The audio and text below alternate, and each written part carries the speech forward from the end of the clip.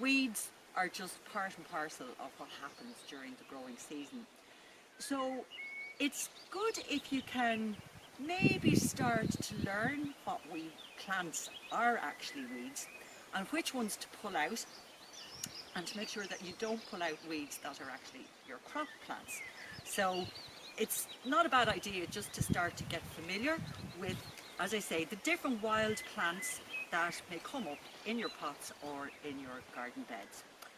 So probably one of the most common ones is this one here called chickweed, and you nearly always get that in the garden, in the beds, in your actual beds on the ground or in your containers, because it loves any soil that is nice and rich, or compost that is nice and rich.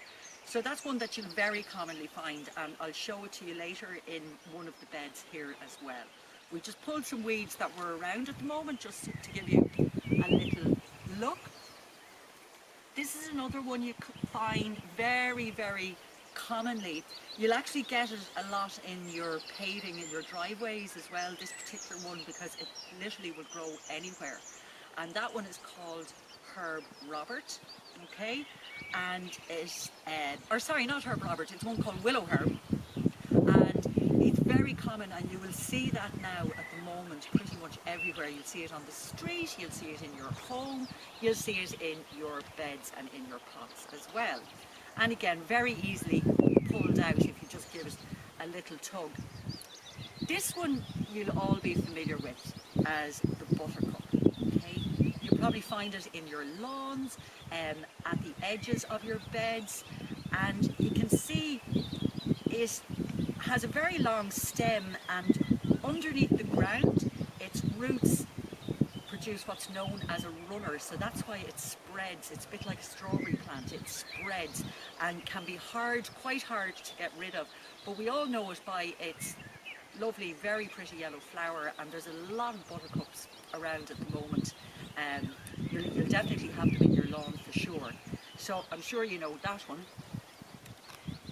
This one here, and again you'll get this one quite a lot, not only in your beds, your flower beds and your pots, but you'll also get it in your, in your driveway, in the concrete, in little cracks in the concrete. And again, if you can see here that along this pink stem you're getting little plantlets forming. So that's why this one can be quite difficult. So you need to get the whole plant out if at all possible, because it'll just keep on producing little plants along the stem here and spreading even further. So that's one way that weeds can spread, is by these little things called runners, where they root along that runnering stem. So the other way they can spread is by seed. Okay, so you'll be familiar with dandelions in the springtime and late in the spring when they produce the fluffy clock, and you'll see those clocks flying everywhere in the wind, and that is how the seed spreads itself and how the plant spreads itself. So weeds will spread in either of two ways, or both, by overground and underground stems or by seed. Okay, and because they're wild plants, they are designed to survive, and they tend to be much hardier than crop plants, which is why they do so well, especially when the soil is lovely and fertile and has lots of nutrients in it. You may have seen this plant here, which we have an awful lot of at the moment, certainly around here at the Organic Centre, and in my own garden I have a lot of it. It's a thing called horsetail, and if you look at it, it's a little bit like a horse's tail, which is why it's called horsetail.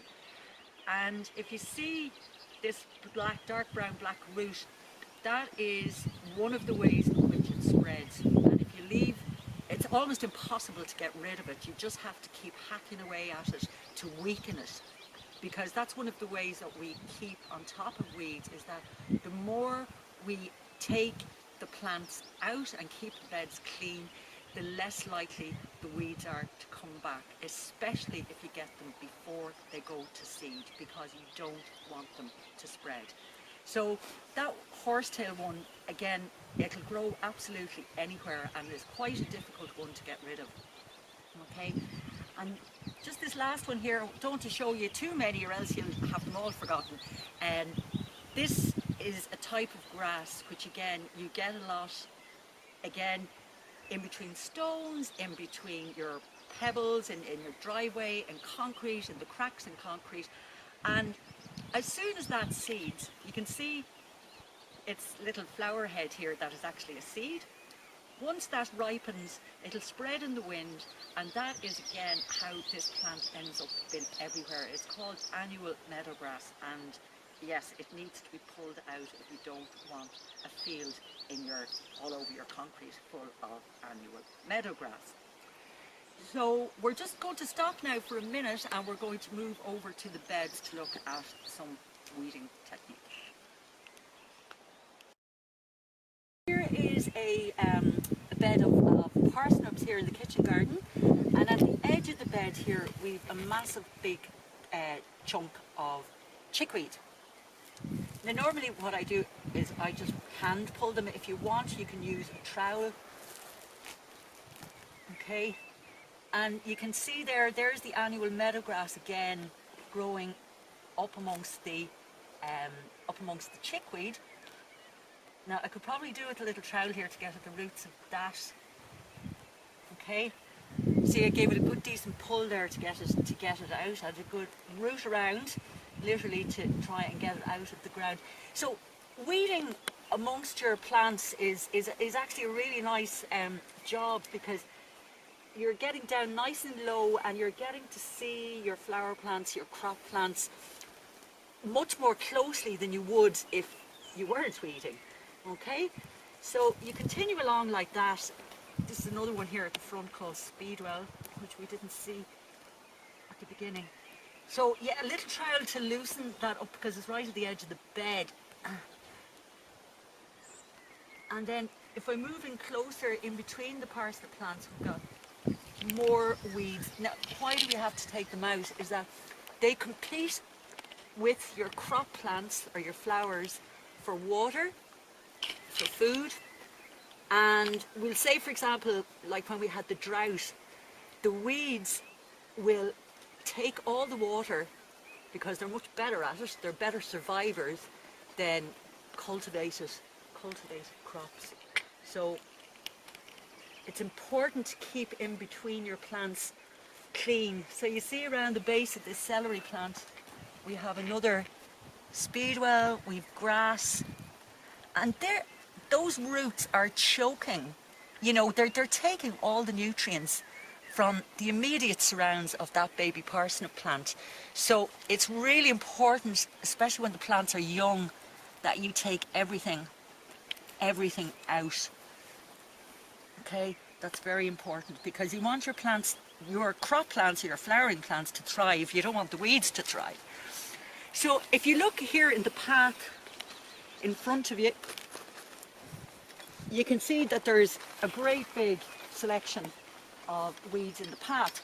Now, this is a tool called a hoe, and it's a particular type of a hoe. It's a stirrup hoe because it looks like a stirrup on a saddle.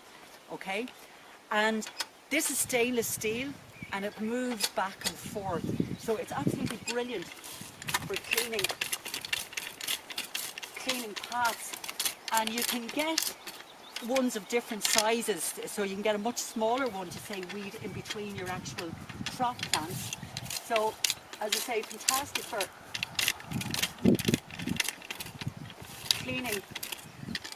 cleaning your paths, or indeed in between your plants.